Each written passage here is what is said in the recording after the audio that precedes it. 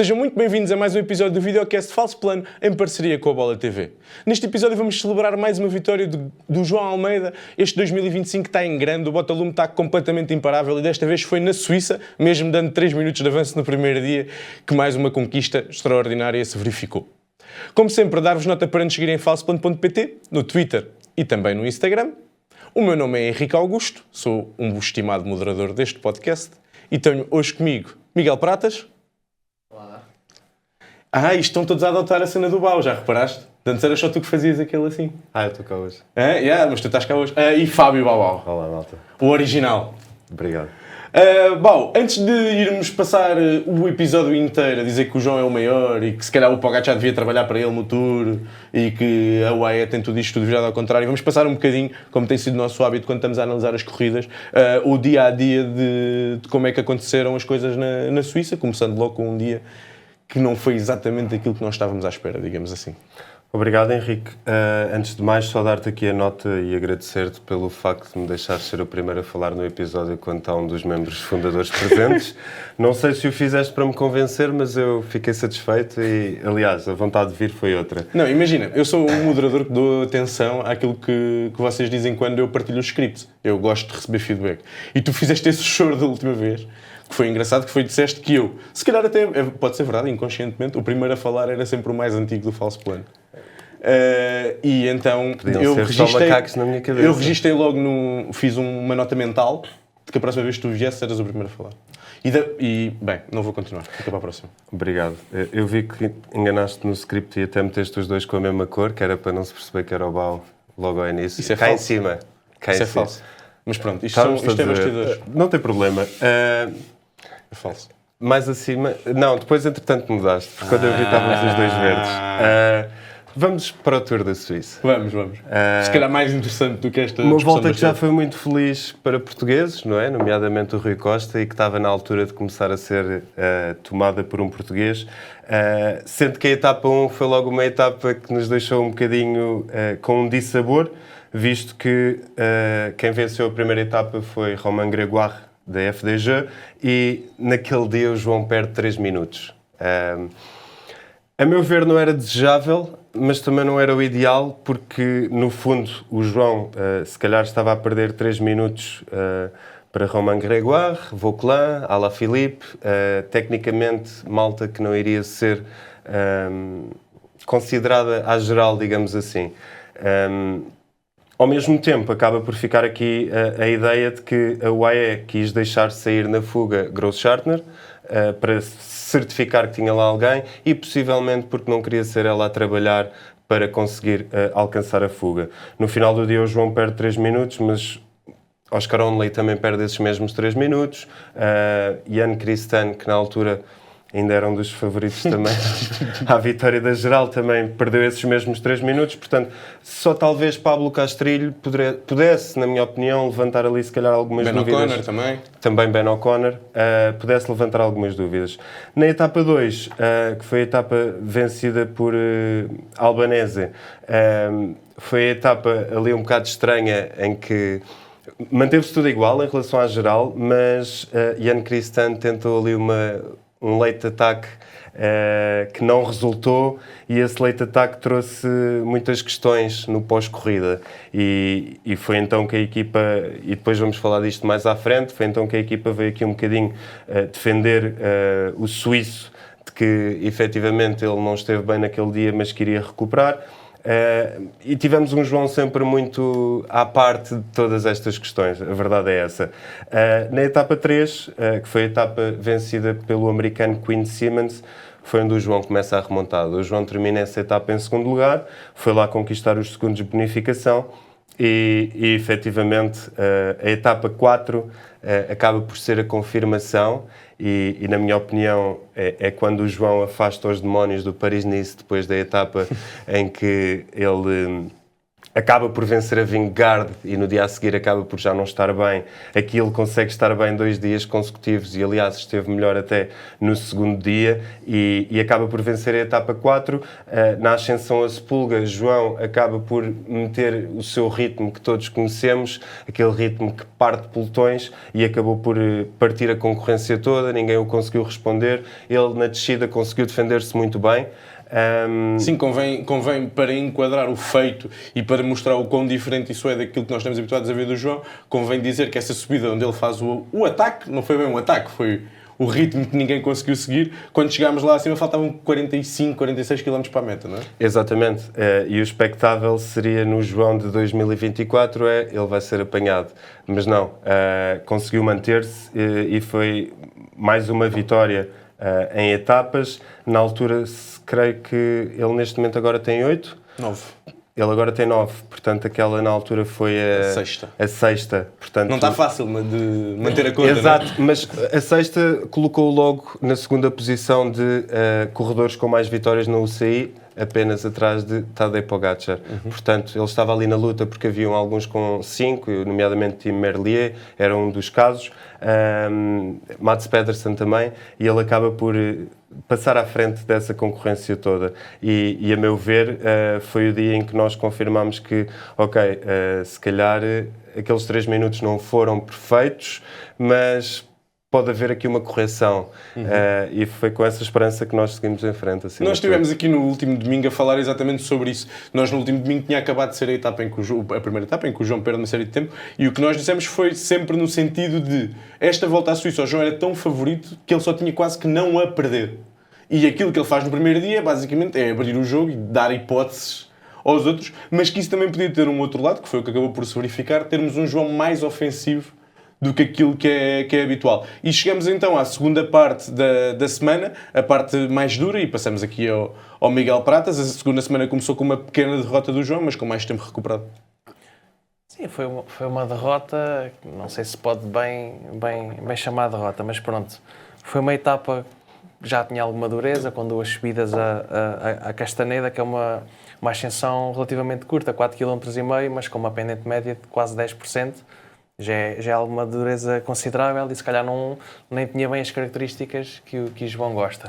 E numa estrada que é pessimamente asfaltada e super curta, pronto. E a etapa começou com uma fuga até bastante forte, com nomes como Bilbao, Fortunato, que brilhou no Giro, o Paules, o Romo, que também já venceu este ano no World Tour, e o Vlasov. Mas a Emirates nesse dia, e talvez com a confiança da vitória na etapa no dia anterior, controlou bem a fuga e não deixou ganhar estes 5 nomes ganharem muita margem. Foram sendo apanhados aos poucos já na fase final, e na última subida a Decathlon assumiu o controle do pelotão, e quem é que foi o primeiro a cair? Curiosamente, Ben O'Connor, que era um dos favoritos ao segundo lugar, né? e por ser ex-corredor da equipa teve um sabor especial, se bem que eles estavam a trabalhar para o seu líder neste momento, que é o Galo. Nesse dia tivemos também o privilégio de assistir ao ataque do Julian Alaphilippe, para a gáudio aqui do nosso estimado sempre moderador. Momentos bonitos para quem gosta, não é para o gáudio do moderador, é sempre momentos bonitos e que aquecem o coração de quem gosta de ciclismo. Quem não gosta do Alaphilippe tem um problema em relação à sua relação com o ciclismo. E nesse dia os destaques acabaram por ser o Oscar Onley, o miúdo da Picnic, foi o primeiro a responder ao Alaphilippe e o primeiro a apanhá-lo, depois conseguiu se isolar, e pouco depois o João Turbo Diesel, que continua a sua evolução de João Diesel para João Turbo Diesel, apanhou o Oscar Onley e foram os dois juntos até à meta.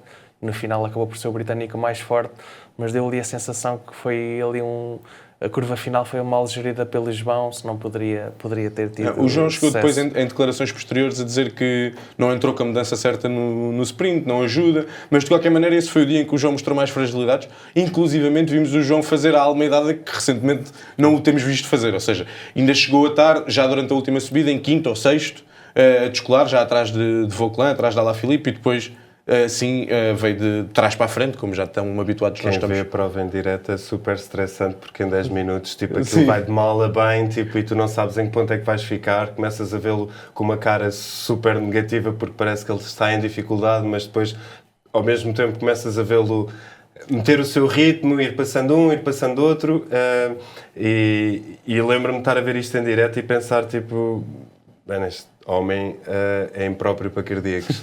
Ele este ano ainda nos tem dado algum descanso, mesmo assim, se compararmos com outras épocas, porque muitas vezes tem corrido na frente, mas esta etapa realmente foi um reminder, um throwback. Tal e qual. As contas da geral neste dia ficaram alteradas, o Vauquelin assumiu a liderança e o João ficou apenas a 39 segundos, recuperou mais um pouco. Sendo que o Gregoire neste dia Desapareceu e aqui começámos a prever que talvez o João pudesse realmente fazer uma recuperação completa, porque ainda ia ter mais 2 etapas ao jeito dele. A etapa seguinte era uma etapa ao sprint, sem grande história, que acabou por ter uma boa notícia na entrada da etapa, que foi o abandono do Christen. E foi uma etapa ao sprint, ganhou o Jordi Amuse da Bora e quem tem o Van Poppel está mais perto de ganhar, foi o caso, a concorrência também não era muito forte e deu para o Ballerini fazer segundo lugar e somar mais uns pontos para a Astana. E o top 3 ficou o Lewis Aski, que voltou a fechar o top 3 numa etapa desta edição. Este jovem também está a conseguir ter bons resultados este ano. Queria deixar esta nota. E depois para a etapa... Ok. Para a etapa 7, uma etapa mais dura, com 2 subidas categorizadas na parte final. Tínhamos a subida ao Burgenstock, que eram mais ou menos 6 km a 8%, já dentro dos últimos 20 km.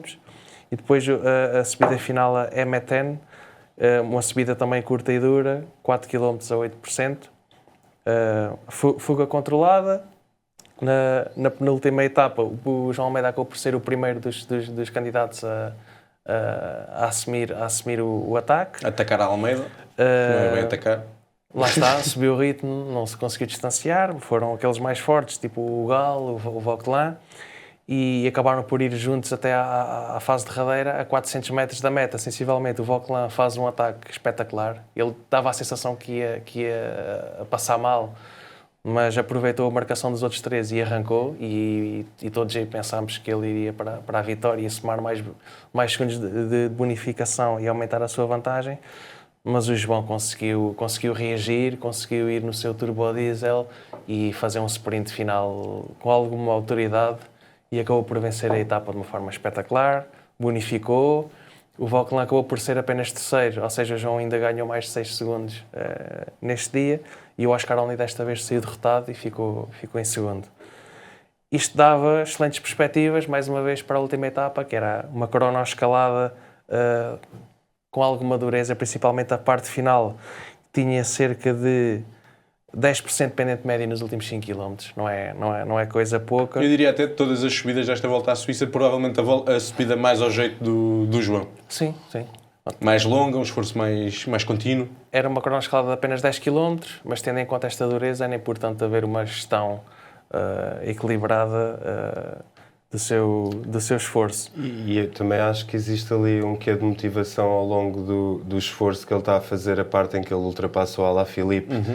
Ou seja, quando tu consegues passar o tipo que saiu antes de ti, de certeza que deve dar ali um pico de motivação para continuar. Sim, claro que sim. Eu tenho a sensação que se tivesse sido eu a arrancar atrás do Alaphilippe hoje, se calhar também tinha chegado à frente dele, porque o Alaphilippe faz tipo 50º. Perdeu quase 4 minutos para o João, mas claro que dá sempre jeito de ter uma referência. Eu cheguei a achar que o Alaphilippe estava à espera do Vauquelin para puxar um bocadinho para ajudar, porque ele ia a passo, ele teve tão bem a semana toda. Certo. E hoje já foi demais. Aquelas 4, 5 km ainda vai, isto já não, já foi demais. Ainda me lembro de um contrarrelógio do Alaphilippe no Tour há uns anos, quando estava com a camisola amarela, que foi das vezes que eu me levantei no sofá mesmo. Foi das cronoescaladas mais impressionantes que eu vi, mas realmente ele hoje em dia não está nesse nível. E não era bem cronoescalada, ou seja, era um bocado ao jeito do contrarrelógio final do Tour do ano passado. Tinha subidas, mas também tinha descidas, era assim super acidentado.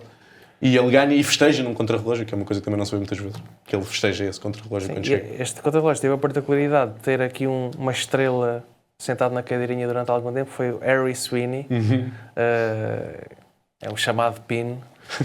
Teve azar no dia que escolheu para ter o dia da vida dele. Portanto, teve imenso tempo sentado até que o Félix Segal pulverizou completamente o registro dele com 1 minuto e meio de vantagem.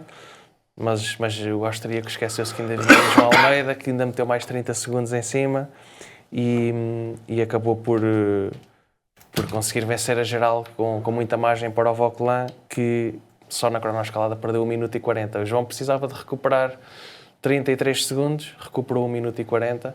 O Vauquelin ainda assim conseguiu manter o segundo lugar da geral e o Oscar Only fechou o pódio final. Também foi um excelente resultado. Sim, não deixa de ser incrível. Nós temos olhado para o início desta semana e os 3 minutos sobretudo para o Vauquelin, o Gregoire nunca houve muito essa ideia, mas os 3 minutos para o Vauquelin e os 2 para o Ben O'Connor eram claramente motivo de preocupação, e o João não só ganha no fim, como ganha ainda com mais de 1 minuto de avanço, o que para uma prova de uma semana até é uma distância já bastante aceitável. Tem sido bastante polémico, tem havido bastante polémica à volta daquilo que é a equipa e o comportamento da UAE perante o João. Durante algum tempo eu sinto que a blogosfera portuguesa exagerava muito nestas coisas, mas eu acho que, por exemplo, aquilo que se passou na primeira etapa nesta ocasião é motivo para protestos.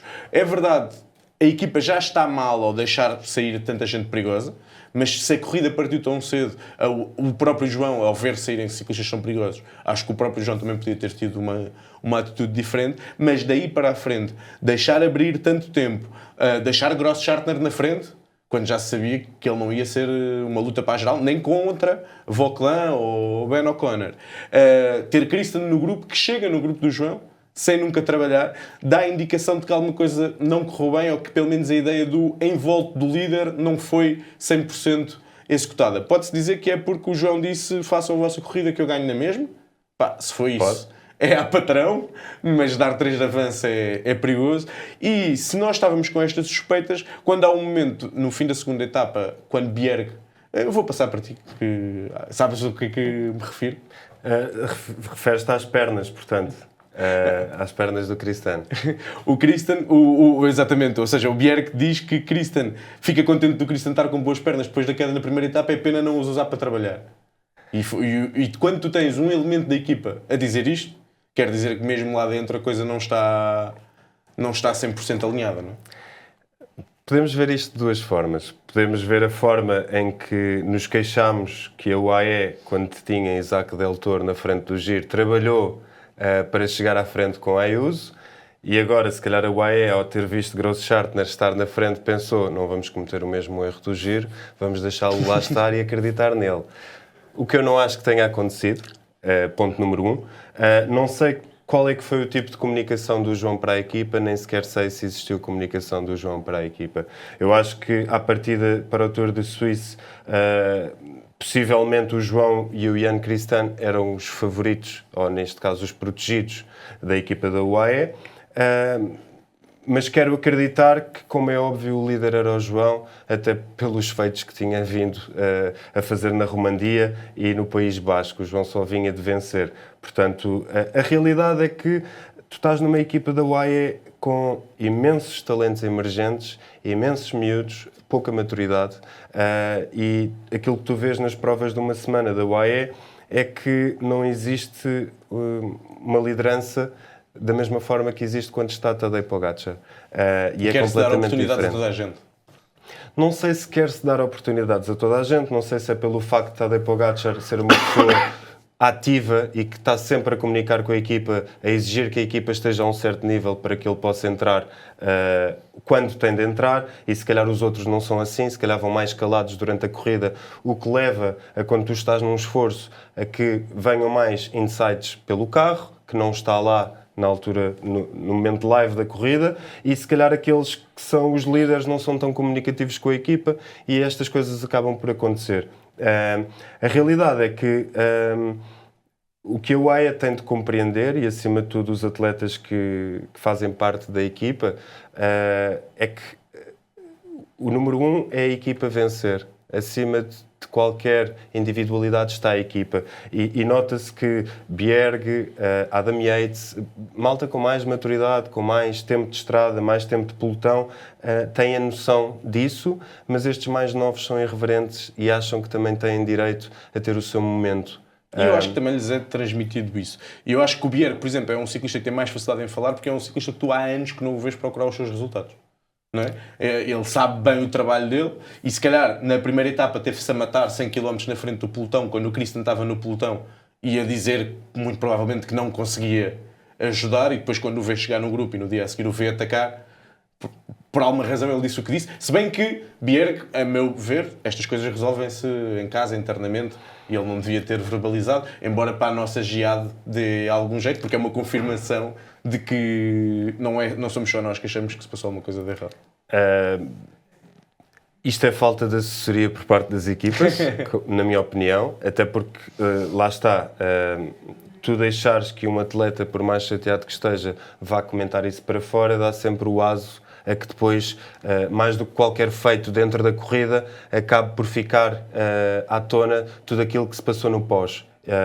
E isso acaba por não ser bonito, começam-se a criar muitas ideias de que aquele autocarro da UAE é um cancro, o ambiente só não pode ser bom, mas tu não sabes isso. E a verdade é que acaba por ser infeliz para a UAE e para a maneira como eles estão a gerir, digamos assim, as equipas, principalmente quando Tadej Pogačar não está presente, acaba por ser infeliz porque, por melhor que sejam as intenções dos atletas, em quererem o melhor resultado para si, estas situações acabam por manchar a química que existe na equipa, e aquilo que nós tivemos como prova disso foi no dia em que o Ian Christian foi um dos primeiros a ir trabalhar na etapa em que o João vence, no dia a seguir ele abandonou. Da mesma forma que quando a Ayuso percebeu na terceira semana que não ia para a geral, depois foi picado por uma abelha. Tu mesmo no dia que o João ganha e o Ian Christian trabalha, e nesse dia ele trabalha e teve um trabalho importante, primeiro vimos o João mais do que uma vez a apertar com ele, a dizer vamos lá, e depois vês o Ian Christian a trabalhar, a abrir para o lado e a ficar 10 segundos atrás. Ou seja, tu percebes claramente que não foi um all-in, não é? Certo. E eu acho que a UAE, com este comportamento, pôs a jeito de, apesar de ter claramente aquele que era o ciclista mais forte em prova, de perder a corrida. E não esteve longe de perder a corrida para tentar defender um eventual 10º lugar do Grosschartner, que foi, mesmo com 3 minutos de avanço, acaba em 11º. Ou seja, nós aqui, por muito que tenhamos que ser compreensivos com a OE, ou até ter essa humildade de dizer o Ian Christian também entrou como líder, temos que ter a noção também de dizer o João está num patamar diferente hoje daquilo que é o Ian Christian e sobretudo daquilo que é o Grosschartner. Ou seja, se com a situação de corrida que existia no primeiro dia, para mim, e eu acho que em retrospectiva os líderes da UAE dirão a mesma coisa, fazia todo o sentido colocar esses dois nomes ao serviço do João. Eu também acho que sim. Eu acho que o maior problema quando tu tens uma equipa que tem um líder, e neste caso o líder é o João, quando vem com a atitude que existe mais do que um protegido, logo aí a coisa vai dar errado. Tem possibilidade de dar errado. E a realidade foi que o Ian Christian, se calhar, fez-se valer da memória daquilo que foi a volta ao Algarve, em que ele foi um dos protegidos e acabou por estar melhor que o João numa etapa. O João ofereceu-lhe a etapa, mais ou menos, mas pronto. Por aí. Não vamos ter essa discussão. Parece que se esqueceu, ou seja, em vez de olhar para os feitos do João na Romandia, no País Basco, como algo... como é que eu hei de dizer isto? Como algo... Cria estatuto? Que cria estatuto e que é sustentável no sentido de trabalhar para.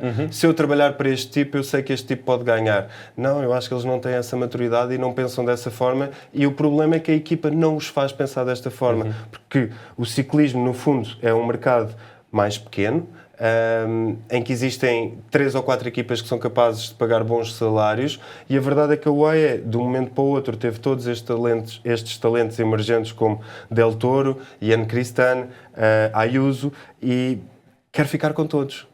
E tem que os manter todos contentes. Tem que os manter todos contentes, Deixa-me mas efetivamente... só passar aqui a palavra ao Pratas um bocadinho, até para não estarmos Estás cá hoje, Pratas? Para não estarmos o episódio todo a dizer mal da UAE.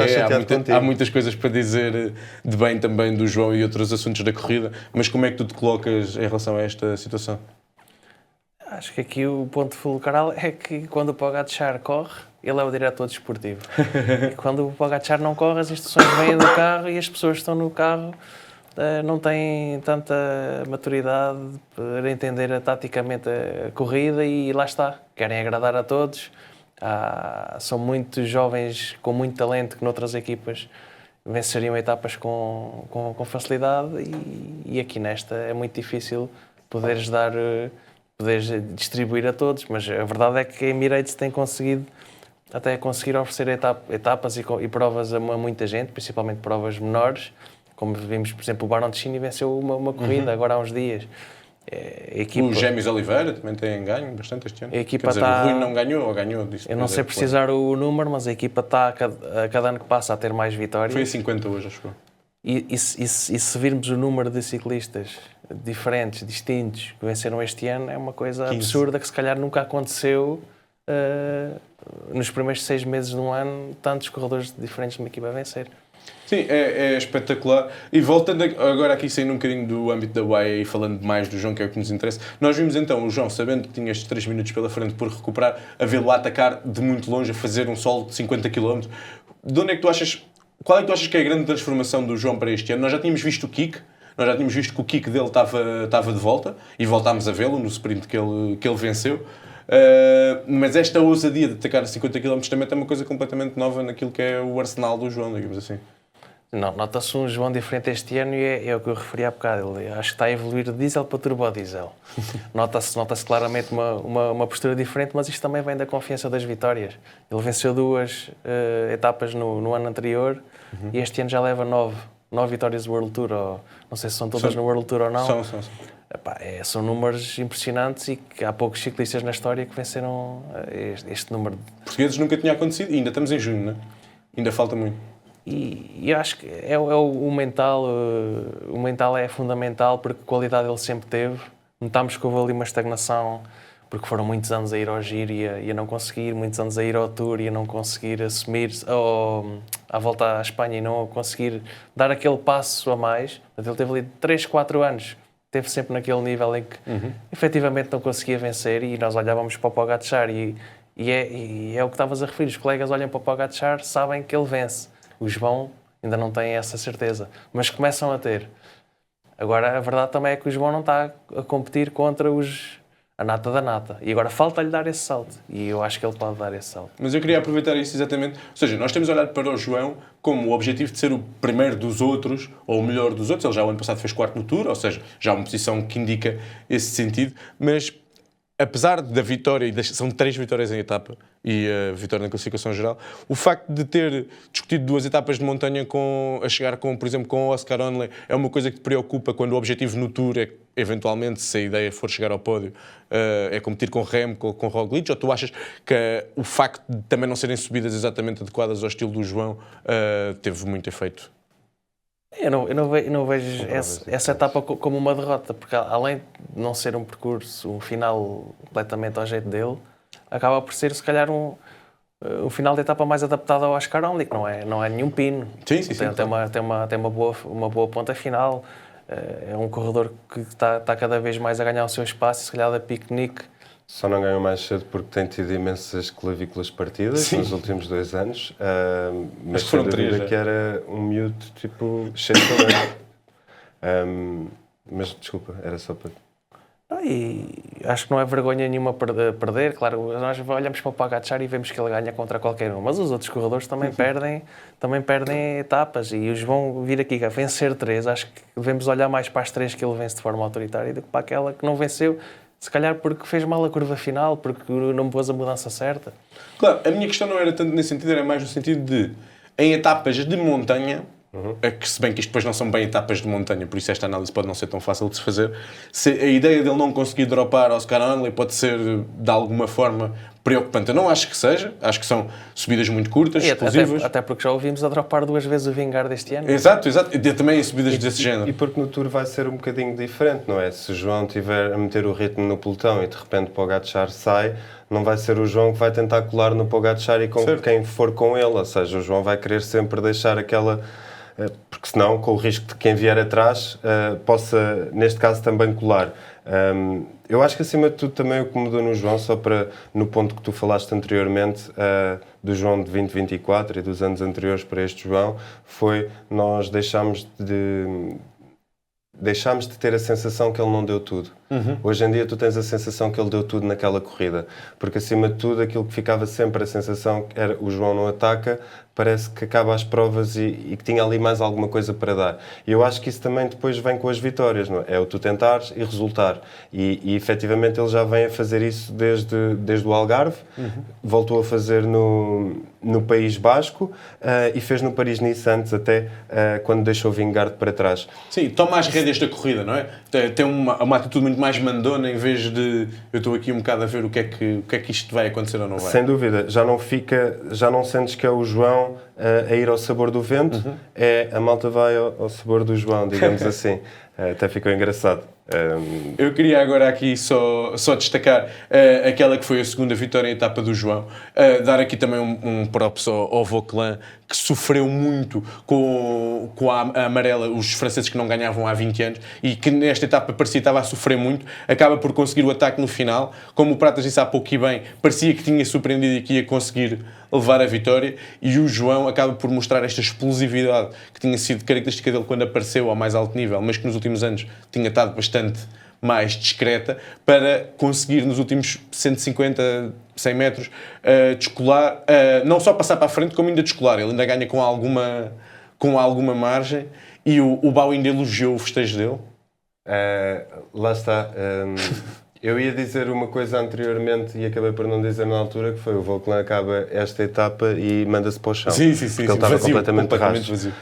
O interessante nesta etapa foi o João efetivamente festejar antes da linha de meta, que não estás habituado a ver, mas o que é perfeitamente normal, uma vez que ele olhou para trás e percebeu que o Vauquelin se tinha sentado, o Only vinha atrás dele, então foi neste caso a confirmação. E eu acho que isto acabam por ser mais do que vitórias de facto, acabam por ser pontos, digamos assim, motivacionais na parte psicológica, não apenas para o João, mas isto foi uma demonstração também de força para o Oscar Onley, no sentido de perceber que o João está mais forte. Certo, e nós temos aqui este momento de explosão, até com dois ciclistas. O Vauquelin é um ciclista nas últimas duas edições da Flash Wallonne, faz segundo. E o Oscar Onley também é conhecido por ter ótima ponta final, e aqui neste falso plano final o João acabou por não dar qualquer hipótese.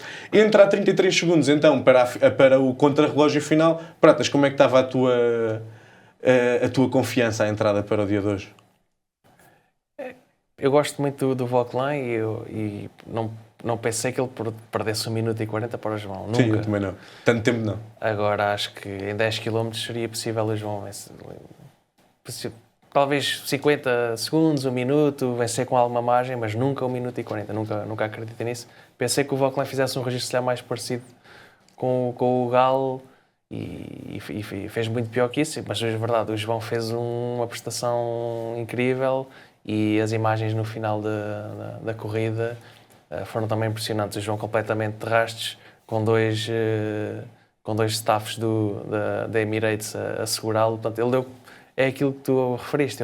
Hoje notas que ele chega ao fim e dá tudo. É aquela confiança. Como naquela etapa cerrou os dentes, ou seja, tu vês o João cerrar dentes. E antigamente não vias o João cerrar dentes porque efetivamente havia alturas em que deixavas de ver o João.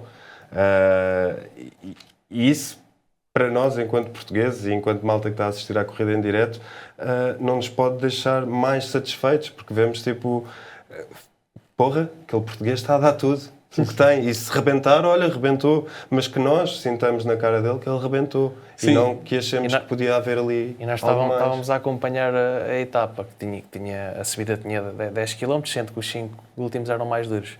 E o João, nos primeiros 5 km, recuperou cerca de 20 segundos.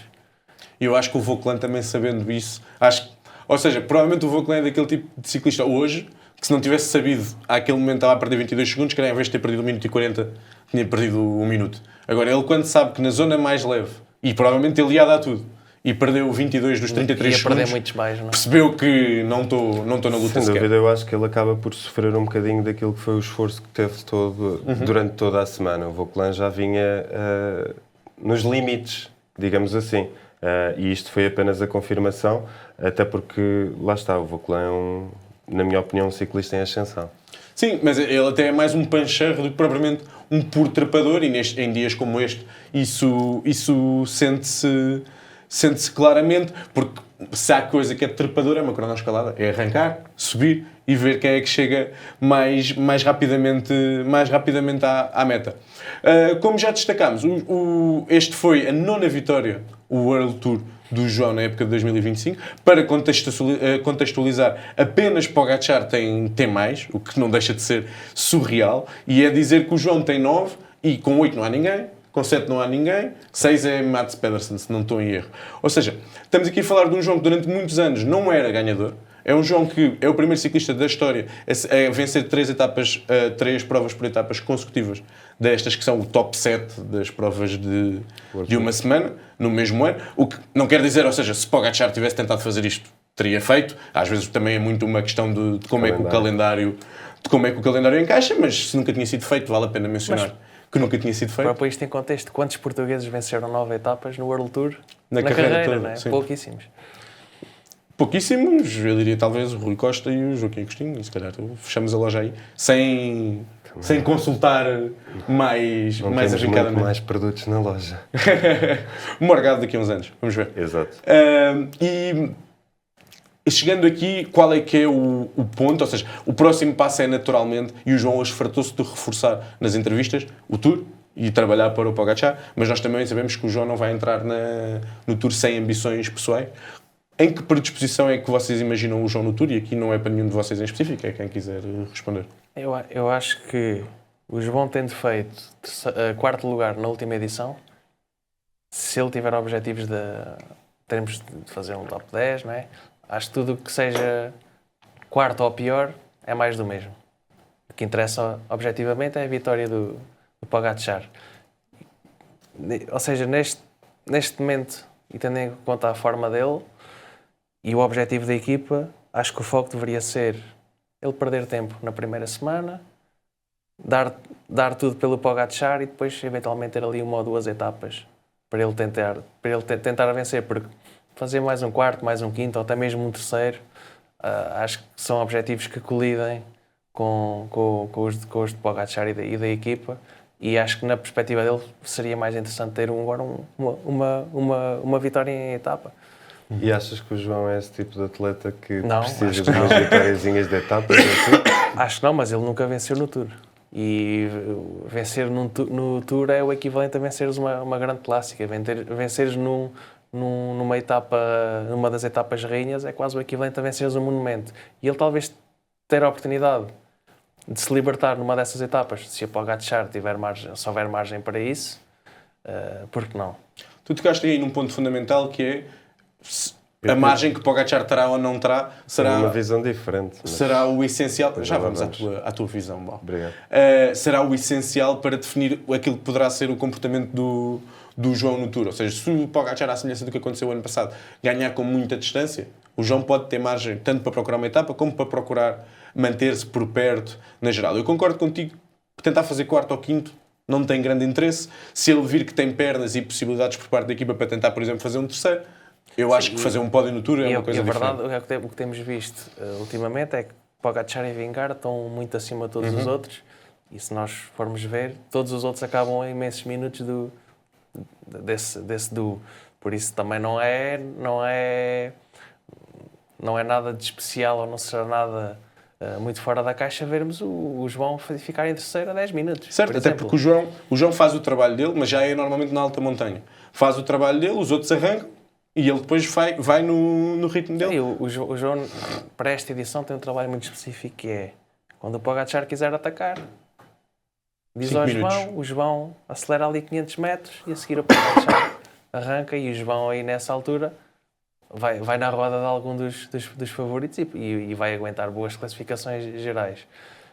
E eu acho que é isso que vai acontecer, mas eu gostava mais de o ver na outra perspectiva, que é perde tempo à vontade e a seguir vais buscar 1 ou 2 etapas. E depois, é preciso não esquecer que depois do Tour ainda haverá a volta, já está confirmado que a Ayuso não vai.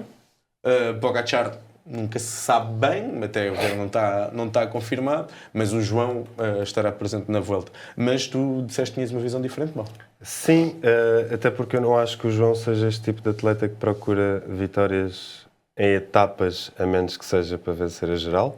Sendo que o João é mais um atleta de geral e não precisa desses, digamos que, desses momentos heroicos para se para se conhecer, digamos assim, como um atleta que tipo, luta pelas gerais. Se eu me conseguir explicar, não sei se me consegui explicar bem. Acho que, nomeadamente, atletas que... O João não é um atleta emotivo, a meu ver. Portanto, ele vencer uma etapa ou não vencer uma etapa do Tour, para ele é-lhe igual. O que ele quer, no fundo, é que a equipa ganhe e que ele consiga ter o melhor resultado no final das 3 semanas, porque, no fundo, a dúvida sustém-se no João de 3 semanas, não é? Que quando está sozinho a coisa nem sempre corre bem, e neste último Tour tivemos aquela confirmação de que... E nessa perspectiva de, se ele fizer uma boa geral e ficar, por exemplo, em 3º lugar, atrás dos outros 2, dá-lhe o estatuto para dizer ao diretor desportivo: eu sou o melhor dos outros, mete-me no giro ou mete-me na volta que eu consigo. Eu acho que é isso que ele vai tentar fazer, que é certificar-se que está no pico de forma durante as 3 semanas para que Tadej Pogačar possa vencer, eventualmente Jonas Vingegaard faça segundo classificado, e neste momento a luta que eu vejo, e é aqui que sustém a dúvida, é se João Almeida já é melhor que Remco Evenepoel ou não. Vamos ver a partir de dia 5 de julho. Entretanto, o João foi para casa, foi para as Caldas da Rainha alegremente com o seu queijo. O queijo gigante que venceu. Ele venceu 3 queijos, não sei se na geral também dá queijo. Isto no trivial são 6, ele 3 já tem, mais o da geral, já são 4 queijinhos, não falta tudo. E eram bem grandes, não sei o que é que ele vai fazer aquilo tudo. Não sei se passa na alfândega. Vai dar aos amigos. Não sei bem como é que vai funcionar, ou se vai dar aos muitos adeptos portugueses que estiveram também com ele ao longo desta semana na Suíça. Achas que o João viaja em comercial? Eu acho que não há, eles devem ter aviões deles, não? Não sei. Tipo assim, um jatinho. Não, eu sei que assim. os irmãos Oliveira viajam em comercial. Opa, está bem, mas isto coisas, também... tipo, agora o João não sei. Há sempre aquela dúvida. Isto é inside information do UAU. Nós tínhamos aqui nota para falarmos um bocadinho dos outros ciclistas. Vou-vos pedir 1 minuto a cada, porque acabámos por gastar o tempo quase todo no João, que é bem gasto, diga-se de passagem, para outros destaques nesta prova. Bom. Um deles, sem dúvida, é Kevin Vauquelin, o francês...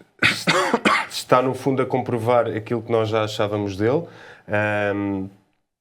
É mostrar que merece ir para uma equipa a sério? Tal e qual. Sem dúvida. E há equipas a sério de certeza que o querem. Eu não estava, e vou ser sincero, para mim Vauquelin é muito mais um atleta de clássicas do que um atleta para gerais de uma semana. Embora ele este ano já tenha ganho uma geral de uma semana, assim numa prova de França, que não é muito conhecida, mas estamos a falar de alguém que fez nos últimos 2 anos segundo na Flèche Wallonne. Portanto, não é, e o ano passado só não ganha o TT Nacional porque a Almireille foi melhor que ele, mas foi aí que ele me cai no radar, e sem dúvida que isto tem sido uma época de confirmação para o francês, e eu acredito que para o ano a coisa lhe vai sorrir de forma diferente. Sim, e relembrar também, ele o ano passado, para além de fazer o segundo na Flèche Wallonne, ganha uma etapa no Tour, ou seja, é um ciclista francês que tem vindo aqui a fazer um crescimento, mas acho que ele percebeu cedo que não és obrigatoriamente um ciclista de GC para seres um ótimo ciclista, e então tem seguido um outro caminho de etapas, de clássicas, que o tem tornado um ciclista muito interessante, mas depois do que aconteceu aqui no primeiro dia, ele foi praticamente obrigado a ir tentar, até porque os franceses não ganham há 20 anos. Eu não acho que ele seja um voltista, mas existiu de facto um grande esforço para que ele conseguisse aguentar a amarela o máximo possível. E no fundo também, lá está, eu acho que se tivesse um Tadej Pogačar em prova, um Jonas Vingegaard, eu acho que ele não iria lutar tanto. Eu acho que é a ideia de o acreditar que o fez chegar até à última etapa de amarelo. Sem dúvida que para mim é um atleta que nos próximos anos vai dar muitas alegrias à equipa onde tiver e pontos. E o outro destaque vai para o teu querido Lulu, não é? Foi o melhor Alaphilippe dos últimos 3 ou 4 anos. Ele ano passado teve uma aparição na San Sebastián, no que faz segundo, a andar muito contra aquele que é hoje o seu colega de equipa, Mark Hirschi, que assinou pela Tudor, mas ainda não se deu por nada. Ele esteve presente outra vez nesta volta à Suíça, mas completamente uma nulidade. Eu acho que são atletas diferentes e em estados ou momentos da carreira diferentes. E Alaphilippe, no fundo, foi fazer um refresh diferente do que aquele que Mark Hirschi foi fazer, porque Alaphilippe era um dos principais, se não a cara, não era a cara, porque tínhamos remo com o Evan Paul, mas Sim, mas era já uma tinha das sido a caras cara da Soudal. E estás a comparar um ex-bicampeão mundial com um suíço. Claro, claro. Eu dei só a nota de que o Hirschi este ano tem sido vergonhoso. Na minha opinião, foi a mudança que Alaphilippe necessitava de fazer para sair de uma zona em que estava cómodo, confortável, e aquilo que me deixou na ideia esta semana foi de que eu acho que o próximo ano do Alaphilippe ele pode efetivamente acreditar que pode lutar por algumas vitórias em algumas corridas, porque há imensas corridas ao longo do ano e há imensas corridas em que se tu vires este Alaphilippe a competir, ele pode perfeitamente vencê-las, nomeadamente nas clássicas da primavera. Portanto, dá-me aqui água na boca. A mim também me dá água na boca, mas nem é para as clássicas da primavera do ano que vem. É já para o Tour, que é para a semana que vem. É daqui a 15 dias. E ainda por cima temos aquela chegada ao Muro de Bretanho. Aquilo cheira mesmo a Alaphilippe. Estou desejoso. E tu, Pratas? Ia destacar o Quinn Simmons, o miúdo do americano que venceu os campeonatos americanos, campeonatos nacionais há pouco tempo. Vence pela segunda vez no World Tour este ano. Tem aquele perfil de vencer com late ataques. É um corredor que tem um motor, tem desempenho, já provou ter desempenhos muito bons, mas depois não É consistente. Não consegue obter resultados. Mas este ano, com 2 vitórias do World Tour, não é coisa pouca. Acho que finalmente pode dar o salto. Ele que era um corredor que entrou muito cedo no World Tour, entrou numa boa estrutura, teve alguns problemas no início. Mas ainda vai a tempo de se tornar um corredor relevante, seja a trabalhar para os outros e para ter os seus resultados pessoais. E caiu na primeira etapa. E acabou por vencer, além da vitória, salvo erro, teve pelo menos mais 2 etapas em que foi eleito o mais combativo, portanto significa que é um corredor que tem aquela vontade e que por norma só aparecia na Strade Bianche. E agora começamos a vê-lo a ter mais destaque noutras corridas. Sim, e convém lembrar, primeiro, que ele foi muito forte no escalão de júniores e depois ele apareceu tão cedo no World Tour. Nós já temos uma ideia dele de andar cá há muitos anos, mas ele tem 24 anos. Sim. Ou seja, ainda tem mais do que tempo para crescer. Outra boa indicação dentro da mesma equipa foi Lennart Kemna, que faz sexto. Ele depois das lesões tinha andado muito tempo afastado dos bons resultados e acaba por ter aqui uma manifestação de um bom resultado. Félix Gall também dá algumas boas indicações. Ben O'Connor, pelo lado contrário, dá péssimas indicações, porque eu nem esperava mais de Gall. Esperavas mais de Gall? Sim, esperava que Gall até fosse, neste caso, o combatente a João Almeida. Mas eu acho que se tirares os tempos do primeiro dia, ele foi ou não? Foi, mas não, na minha opinião, foi Onley. Não sei, o Onley acaba à frente dele na geral, sim. Sim, até porque Gall quebra na etapa em que o João Almeida vence pela segunda vez. O Gall quebra, embora tenha sido ele a atacar primeiro, ele acaba por quebrar. Chega depois à frente da Alaphilippe, mas a realidade é que depois tu não consegues perceber bem os ritmos, porque nessa segunda vitória do João, o Alaphilippe veio sempre lá até ao fim.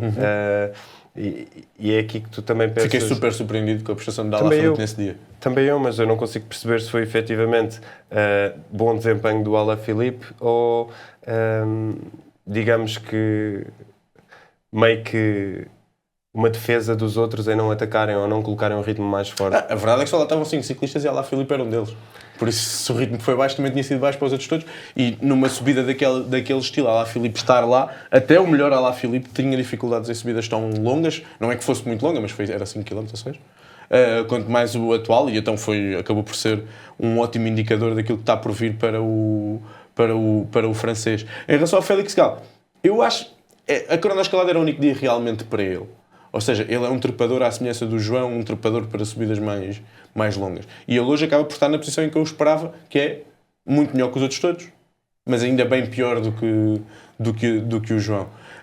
E acho que este ponto de preparação, rumo tendo em vista o Tour, acho que será mais ou menos dentro daquilo que ele estaria a esperar. mais porque tu tens uma Decathlon AG2R com as fichas todas naquele atleta. Certo. Estão à espera do Paulo Seixas. Ainda mais 2 aninhos ou 3.